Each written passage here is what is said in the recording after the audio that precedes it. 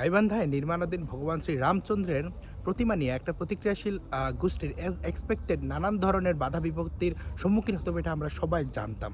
কিন্তু দেখেন, পরবর্তী সময় এটার যে ভারত রয়ের সাথে যুক্ত করে আন্দোলনটাকে একদম সার্বজনীন পর্যায়ে নিয়ে যাওয়া হয়েছে। আমরা বারবার বলছি এখানে ভারত রয়ের কোনো বিষয় না, কারণ দেখেন গতকালকে গাইবান্ধায় প্রতিবাদ মিছিলের নামে সেখানে জামায়াত ইসলামের নেতৃত্বাধীন ব্যক্তি উপস্থিত থাকাকালীন খেলাফত মুসলিম হেফাজত ইসলামের বিভিন্ন ব্যক্তিত্ব নেতৃত্বস্থানীয় ব্যক্তিত্ব থাকাকালীন সময় সাধারণ মুসলিমেরা ভগবান শ্রী রামচন্দ্রের গায়ে জোতা মাইরা সেটাকে অবমাননা করে। দেখেন, এই যে আপনার গণতান্ত্রিক উপায় বিরোধিতা ততক্ষণ পর্যন্ত আমরা বরদাস্ত করতে পারি যতক্ষণ সেটা আমাদের কোনো অনুভূতিতে আঘাত না দেয়। কিন্তু দেখেন, এই যে অনুভূতিতে আঘাত লাগছে, আমরা আসলে কি করতে পারতেছি, কোনো ইন্টারন্যাশনাল মিডিয়ায় নিউজ করতে পারতেছি এই পর্যন্ত? আপনি দেখেন এই একই ক্ষেত্রে বাঙ্গু সুশীল তারপর সবাই এক পক্ষ বলতেছে এটা ইসলাম সমর্থন করে না, আরেক পক্ষ বলতেছে এটা করা ঠিক আছে। দেখেন ভাই, আমরা বলি যে এই যে আপনার নিজের অর্থায়নে নিজের জমিতে করা একটা প্রতিমা আপনাকে করতে দিল না, আপনার ধর্মীয় অধিকার ক্ষুণ্ণ করলো, এই যে সাংবিধানিক অধিকারে আপনাকে দ্বিতীয় শ্রেণীর নাগরিক বানাই দিল, সেটা নিয়ে দেশের সংসদে কোনো কথা আছে? আপনি যতই 86টা আসনে জিতান, আপনার সেই সরকার দলের প্রতিমন্ত্রী ব্যস্ত আছে কিভাবে হিন্দু নামযুক্ত শিবগঞ্জ উপজেলার নাম পাল্টাবে।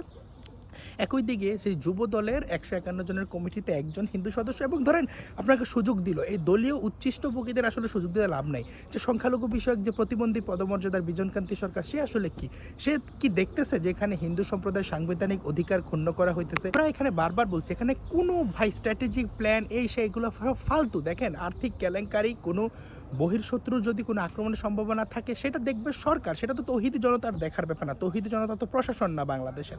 তো তারা যে একটা মোরাল পুলিশিং বাহিনী হিসেবে হিন্দুদের ধর্ম পালনে বাধা দিল, সাংবিধানিক অধিকার ক্ষুণ্ণ করলো, কোনো প্রতিক্রিয়া দেখছেন সরকারের পক্ষ থেকে? সরকার এসব মৌলবাদীদের চাপে সবসময় মাথা নিচু করে রাখছে। আপনি যতই ভোট দেন, এই যাদের নিজস্ব রাজনৈতিক মুক্তি ব্যতীত এই নির্যাতন থেকে মুক্তি সম্ভব না। এদের মেইন সমস্যা ছিল হিন্দু সম্প্রদায়ের মানুষজন কেন এখানে প্রতিমা নির্মাণ করবে। এখন দেখেন, আমার জায়গায় আমার মন্দিরে আমি প্রতিমা নির্মাণ করবো, সেটা নাকি 90% মুসলিম, এই জন্য আমাকে নাকি মুচলেকা দিতে হবে। আপনারা নিজ নিজ জায়গা থেকে এই ব্যাপারটার প্রতিবাদ জানান, বিক্ষোভ মিছিল করেন, সকল সংগঠনগুলো দয়া করে এই ইস্যুতে আগাইয়ে আসেন। আপনাদের কাছ থেকে শুধু খিচুড়ি খাওয়া, মন্দির নিয়ে কমিটি নিয়ে মারামারি করা না। যারা আইনি পেশায় আছেন তারা এই ব্যাপারটা নিয়ে আইনি ব্যবস্থা নেন। অসংখ্য প্রমাণ ঘুরা বেড়াইতেছে। আগামী রামনবমীতে একদম নিষ্ঠাভরে ভগবান শ্রী রামচন্দ্রের পূজা অর্চনা করুন, এবং এই রাম যে বাংলার, এই রাম যে আমাদের একান্ত আরাধ্য দেবতা, আমাদের মননে থাকা যে রাম নাম, সেটাকে আমরা প্রস্ফুটিত করুন। কিন্তু ভগবান করবে এই ব্যাপারটা বইলে আপনারা বসে থাকেন না। রাম নামে তরুণ প্রজন্মকে ঐক্যবদ্ধ করুন, রাম নামে কিভাবে নির্যাতন থেকে মুক্ত হওয়া যায় সেই মুক্তির পথ খুঁজুন, এবং এই রাম নামে হিন্দু সম্প্রদায়কে ঐক্যবদ্ধ করুন।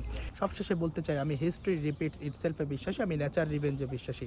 আজ আমাদের সংখ্যালঘুত্বের অসহায়ত্ব নিয়ে যারা আমাদের আরাধ্য দেবকে অপমান করলো, দেখা যাক ভবিষ্যতে কি হয়। এবং আরেকটা কথা বলতে চাই, আপনারা যার যার সাধ্য মতো সামাজিকভাবে হোক, ঐক্যবদ্ধভাবে হোক, ব্যক্তি উদ্যোগে হোক, যেখানে আপনাদের মন্দির আছে সেখানে রামের প্রতিমা নির্মাণ করে এই যে ন্যাক্কারজনক ঘটনার প্রতিবাদ জানাতে পারেন।